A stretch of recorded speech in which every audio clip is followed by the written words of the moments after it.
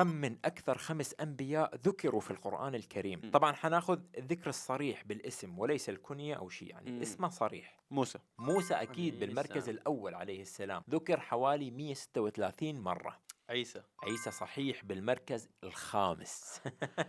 لا. ذكر نحو 25 مرة. وعلى فكرة أيضا بالمركز الخامس ذكر آدم 25 مرة. توني جيت حقول آدم. باقي لك المركز الثاني والثالث والرابع. أنا أعرف أنه محمد مو منهم. النبي محمد صلى الله عليه وسلم عليه اسمه الصلاة ذكر والسلام. بالقرآن صراحة يمكن 4 أو 5 مرات، بالضبط هذا اللي بس هو أعرفه. مذكور بالنبي وغيرها أي. هواية. أي. نعم. إبراهيم عليه إبراهيم السلام. صحيح عليه السلام بالمركز الثاني، ذكر حوالي 69 مرة. باقي لك المركز الثالث والرابع. إسماعيل. إسماعيل مع الإسلام. يعقوب. يعقوب أيضا لا. إسحاق. إسحاق لا. حواليهم اكو واحد حوالين الأسماء اللي ذكرتهم. حتى أساعدك، اسمع على اسم سورة. يوسف. يوسف عليه السلام صحيح. يوسف عليه السلام ذكر حوالي 27 مرة. وعلى فكرة أيضا النبي لوط عليه السلام ذكر 27 مرة. باقي لك المركز الثالث. حتى أساعدك، هذا النبي عاش لفترة طويلة. نوح. نوح صحيح.